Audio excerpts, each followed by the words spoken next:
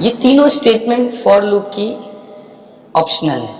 आप इनिशियलाइजेशन ना दें तो भी चलेगा, आप कंडीशन ना दें तो भी चलेगा, आप एक्सप्रेशन ना दें तो भी चलेगा। तीनों में से कोई एक मिसिंग हो या तीनों ही मिसिंग हो, कोई प्रॉब्लम नहीं है, तीनों ऑप्शनल हैं। अगर आप तीनों ही स्टेटमेंट मिस कर देते हैं फॉर लूप में, तो फॉर लूप इनफाइनाइट हो जाएगा, यानी कि फॉर लूप रुकेगा ही नहीं। क्योंकि फॉर लूप का सेंट्रल स्टेटमेंट है, बीच की जो सेकंड स्टेटमेंट है, वो उसकी कंडीशन है। जब तक वो ट्रू होगी तब तक फॉर लूप चलेगा, और जब वो फॉल्स हो जाएगी तो फॉर लूप रुक जाएगा। अब आपने वो एक्सप्रेशन पास ही नहीं किए तो फॉर लूप को ब्रेक करने वाला कोई नहीं है, कोई बता नहीं रहा फॉर लूप को कि कब रुकना है। तो फॉर लूप इनफाइनाइट लूप में चलता ही रहेगा जितनी देर, जब तक आप उसे खुद ना रोकें, तो फॉर लूप कंटिन्यूसली चलता रहेगा। अब हम एक एग्जांपल चलाकर देख लेते हैं फॉर लूप की किस तरीके से ऑपरेट होगा। यहाँ हम फॉर लूप बनाने जा रहे हैं। सबसे पहले मैंने लिखा for round bracket open for i equals to 0 semicolon i less than 5 semicolon i plus plus.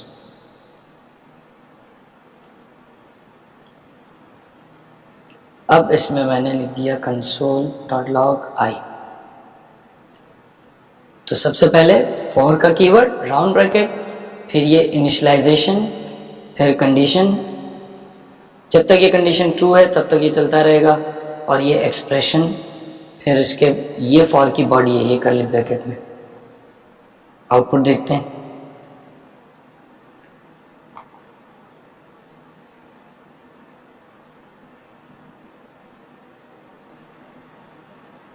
Zero 1 2 3 4।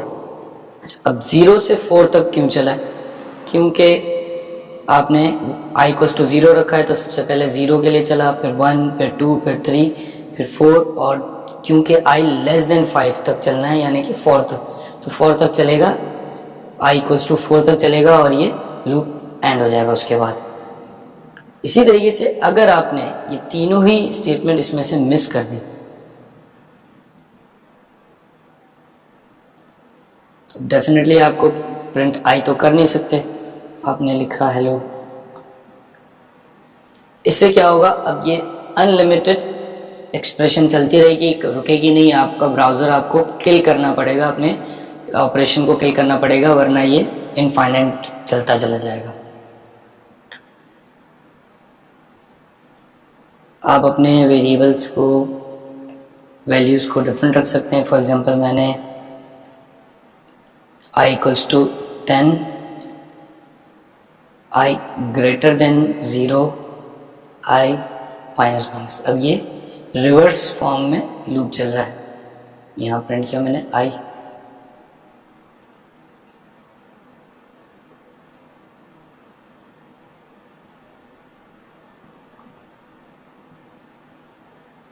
Ten 9 8 7 6 5 4 3 2 1।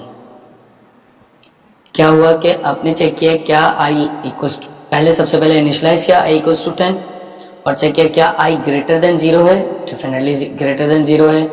Code iteration के अंदर आ गया, console.log प्रिंट किया 10, फिर लूप के एंड पर पहुंचा, आइट्रेशन के एंड पे एक्सप्रेशन चली i माइनस माइनस, तो i हो गया 9। फिर यहाँ पर आया, चेक किया क्या i ग्रेटर देन 0 है, डेफिनेटली है क्योंकि i 9 है। फिर आ जाएगा अंदर बॉडी में, प्रिंट करेगा console.log i 9, फिर आइट्रेशन के एंड पर आएगा, i में फिर डिक्रीमेंट होगा, i 8 हो जाएगा। फिर लूप में आएगा, कंडीशन चेक करेगा, i ग्रेटर देन 0 है 8 है, अंदर आ गया 8 प्रिंट करेगा, तो इसे 8 7 6 5 4 3 2 1 चलेगा। फिर यहाँ पर आएगा i, जब आइट्रेशन के एंड पर आएगा i माइनस माइनस होगा 0 हो जाएगा। अब यहाँ पर आकर चेक करेगा क्या i ग्रेटर देन 0 है, i ग्रेटर देन 0 नहीं है, i इक्वल टू 0 है, तो कंडीशन फॉल्स हो जाएगी और फॉर लूप ब्रेक हो जाएगा, जैसा कि हम यहाँ पर देख रहे हैं। अब हम लूप को कहाँ कहाँ यूज कर सकते हैं? लूप के एडवांटेजेस बहुत सारे हैं। आपको जितने भी रिपीटेटिव काम करने होंगे उसके लिए आप लूप यूज करेंगे। फॉर एग्जांपल जैसा कि आप यहाँ पे देखें, हमें 3 का टेबल प्रिंट करना है, तो अगर आपके पास लूप ना हो, विदाउट लूप अगर आप इम्प्लीमेंट कर रहे हो, तो आप क्या करेंगे? आपको console.log या अलर्ट में मल्टीपल टाइम्स लिखना पड़ेगा। 3 multiply by 1 equals to 3, 3 multiply by 2 equals to 6, 3 multiply by 3 equals to 9। इस तरीके से आपको रिपीटेटिवली लिखना है। और अगर आपने वैल्यूज चेंज करनी है, फॉर एग्जांपल आपने 10 तक लिखा था, 5 मोर टाइम्स 15 तक करना है, तो आपको क्या करना पड़ेगा, मज़ीद 5 कंसोल लॉग ऐड करने पड़ेंगे। अगर आपको कम करना है तो 5 कम कर देंगे। अगर आपने 3 की बजाय 4 का टेबल प्रिंट करना है तो आपको सारी वैल्यूज चेंज करनी पड़ेंगी, क्योंकि सारी मल्टीप्लिकेशन हार्ड कोडेड स्ट्रिंग में लिखी हुई है। आप इसको वेरिएबल्स के थ्रू कर सकते हैं कि ये 3 की जगह वेरिएबल होता, कॉन्केटिनेट हो जाता, सारी कैलकुलेशन हो जाती, लेकिन कंसोल डॉट लॉग की 10 स्टेटमेंट तो लिखनी ही है। क्यों? क्योंकि आप रिपीटेटिवली तो कर नहीं सकते टास्क विदाउट लूप। तो इसी काम को अगर आप लूप से करेंगे तो कैसे होगा, ये आप देखें। जैसा कि आप यहाँ पे देख रहे हैं, एक वेरिएबल बनाया num इक्वल्स टू 3 और फॉर लूप स्टार्ट किया i equals to 1, i less than equal to 10। अब फॉर की बॉडी में आके आपने कंसोल में कॉन्केटिनेशंस की। पहले num रखा है, क्योंकि आप अगर 3 का टेबल प्रिंट करना चाहें तो आपने num रखा, उसको कॉन्केटिनेट किया x से, और फिर उसमें प्लस कर दिया, कॉन्केटिनेट कर दिया i, फिर उसको मल्टीप्लाई बाय 3, जो num मल्टीप्लाई बाय 1 है, तो अब ये एक एक्सप्रेशन बन गई है। इससे क्या होगा कि आप num में 3 की जगह 10 कर देंगे तो 10 का टेबल चल जाएगा। फॉर लूप में 10 की जगह 15 कर देंगे तो 15 तक लूप चल जाएगा, 5 कर देंगे तो 5 तक लूप चल जाएगा। स्टार्टिंग पॉइंट i में आपने 1 रखा है, 10 रख देंगे तो 10 से लूप स्टार्ट होगा। तो अब आप पूरा का पूरा कस्टमाइज कर रहे हैं, लेकिन आइटरेशन भी आपने लूप में रख दी है। उससे क्या हुआ कि आपकी सारी की सारी एग्जीक्यूशन डायनामिक हो गई। आपको स्टेटमेंट्स जो 4 बार 5 बार या 10 बार 15 100 टाइम्स आपको कोई एक्सप्रेशन लिखनी है, उसको खुद से लिखने के मल्टीपल टाइम्स कोड लिखने के बजाय आप लूप में रख देंगे तो वो रिपीटेटिवली टास्क हो जाएगा। एक और एग्जांपल देखते हैं फॉर के थ्रू टेबल प्रिंट कराने के, और यूजर्स इनपुट भी ले लेंगे ताकि हमें पूरा समझ आए कि हम यूजर्स इनपुट लेके पूरा डायनामिक किस तरीके से कर पाएंगे। यहाँ पर मैंने एक वेरिएबल ले लिया var num equals to 6 for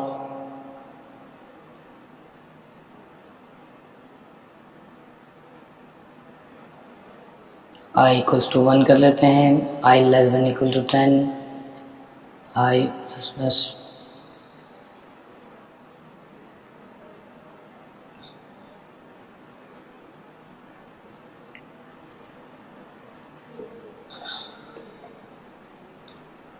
ये पूरी एक्सप्रेशन आप डायरेक्ट यहाँ पे डिस्प्ले कर देंगे।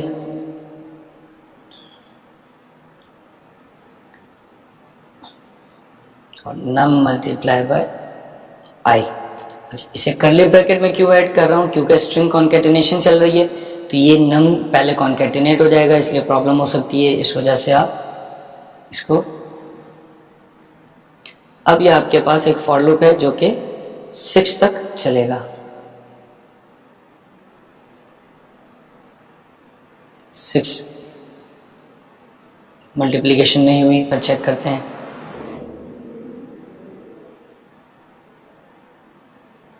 num multiply by i।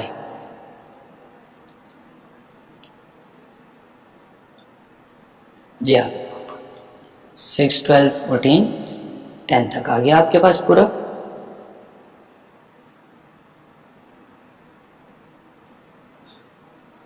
ये आपके पास आउटपुट आ गया। अब ये आउटपुट आपने टेबल कौन सा यूज करना है, ये हम यूजर्स इनपुट लेके देखते हैं। फॉर एग्जांपल जैसे कि हम देख चुके हैं, अगर हमें यूजर्स इनपुट लेना हो तो हम यूज करते हैं प्रॉम्प्ट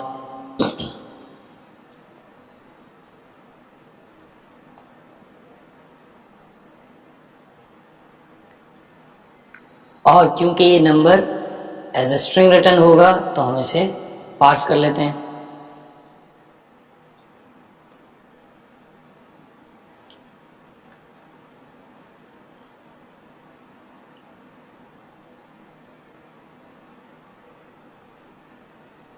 प्लीज इंटर नंबर, मैंने कहा 4,